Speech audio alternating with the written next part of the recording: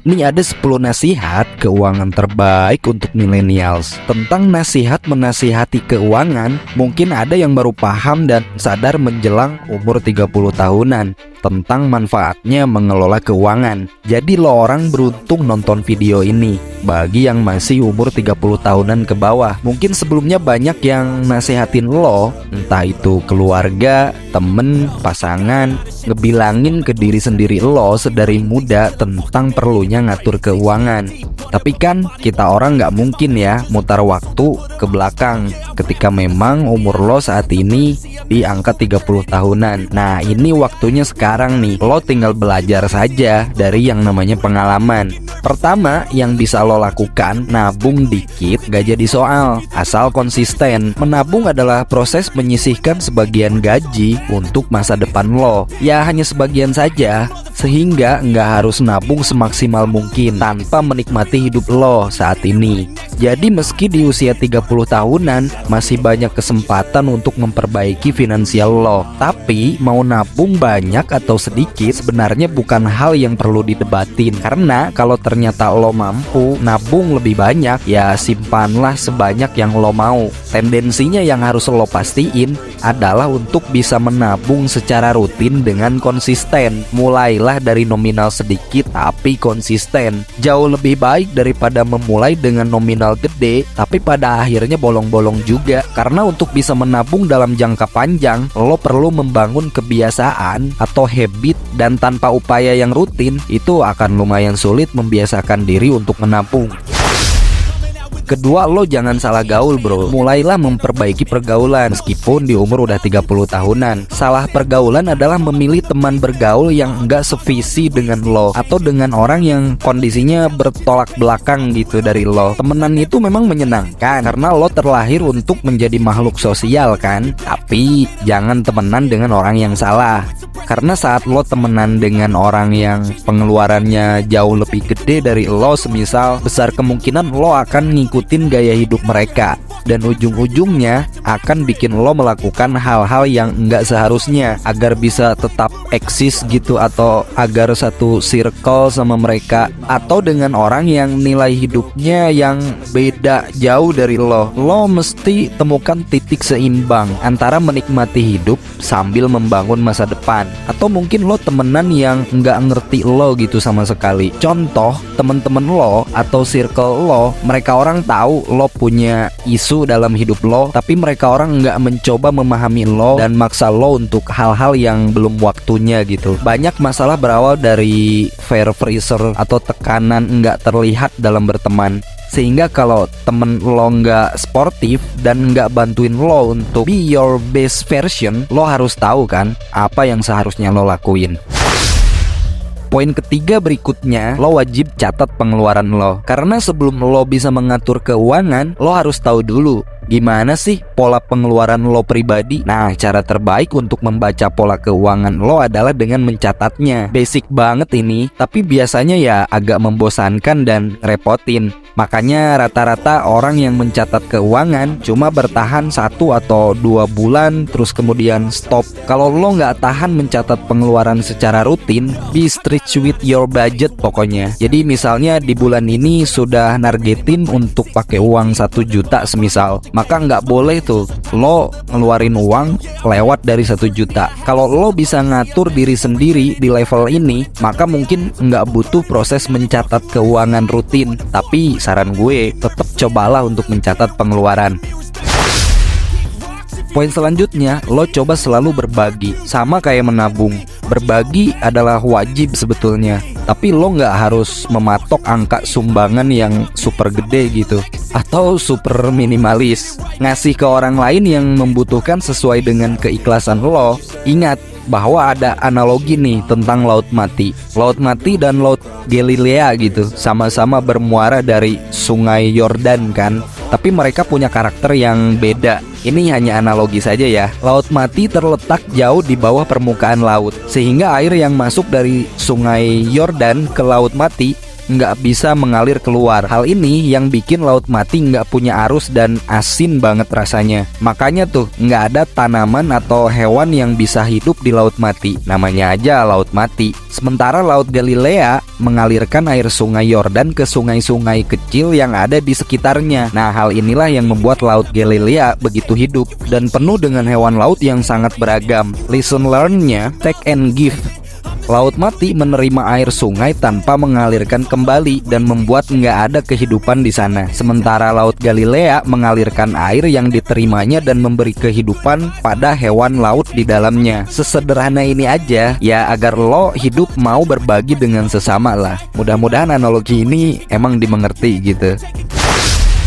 Poin selanjutnya atau kelima, lo bangun fondasi keuangan. Memang menggiurkan tuh untuk langsung terjun contoh ke hal investasi setelah lo nerima gaji pertama lo. Karena mungkin banyak lihat orang sukses atau temen lo sukses dari hal investasi, dan itu bukan hal yang buruk. Tapi di saat yang sama sebenarnya berinvestasi bukanlah target sewaktu lo nerima gaji pertama. Justru harusnya lo bangun fondasi finansial dahulu. Contoh seperti memastikan kebutuhan lo sudah tercukupi dahulu, terus kemudian menyiapkan atau memiliki dana darurat dahulu, karena ini penting untuk finansial sehat lo. Jadi jangan terburu-buru juga melangkah ke tahap selanjutnya. Sebelum lo punya fondasi keuangan yang kokoh, lo juga gunakan kesempatan lo mempelajari apa itu investasi. Pelajari dulu lah tentang keilmuannya, daripada nanti lo harus membangun ulang fondasi keuangan lo di usia yang udah nggak muda lagi. Money is always about mindset, bro. Saat mindset lo udah keset, maka fondasi keuangan lo pun itu udah kokoh pastinya. Dan fondasi yang kokoh tentunya bakal bertahan kena angin atau badai apapun. Itulah sederhananya. Nah, selanjutnya lo mesti pilih-pilih nasihat juga, bro. Banyak orang akan ngasih nasihat atau saran finansial. People like to tell that much about money. Lo tuh seharusnya gini, lo tuh seharusnya ya gitu. Pokoknya lo beli ini aja lah, atau lo lakukan itu tuh. Atau ada temen lo yang bilang, kok nggak beli yang gedean dikit, ngapa? Kok lo nggak hemat sih gitu. And whatsoever, si Arkad pernah bilang nih, orang terkaya di Babilonia kuno pernah ngomong kayak gini, nasihat adalah sesuatu yang diberikan gratis kan, tapi lo pastiin juga lo hanya ambil nasihat yang emang layak untuk diambil. Enggak semua omongan orang harus lo denger dan dijadiin panutan, karena segala keputusan terbaik sebetulnya ya balik lagi ke diri lo sendiri kan, begitu. Poin selanjutnya, lo harus stop kalau lo nggak paham akan sesuatu hal. Lo berhak untuk stop atau berhenti, cancel atau mengubah pikiran lo gitu, terutama saat lo membuat keputusan keuangan. Hal ini termasuk keputusan investasi. Ketika membuat keputusan membeli sesuatu atau sekedar untuk meminjam uang, karena saat lo ngerasa ragu atau nggak ngerti, ada baiknya untuk berhenti sebentar gitu. Banyak keputusan besar dalam hidup berawal dari rasa gamang atau ragu-ragu. Dan dibanding mendiamkan rasa ragu, lo harus cari tahu lebih lanjut. Why? Kenapa gue ragu? Apa sih yang harus gue pikirin? Contoh ya, ragu bisa muncul karena lo sebenarnya nggak paham sebetulnya. Sehingga cari tahu lebih dalam tentang sesuatu untuk menemukan bahwa this is good. Artinya, wah ini lo bisa nih, ya gaskeun aja kalau kayak gitu. Atau semisal, not that good. Nah ini harus di skip nih. Skip aja deh yang kayak gitu mah.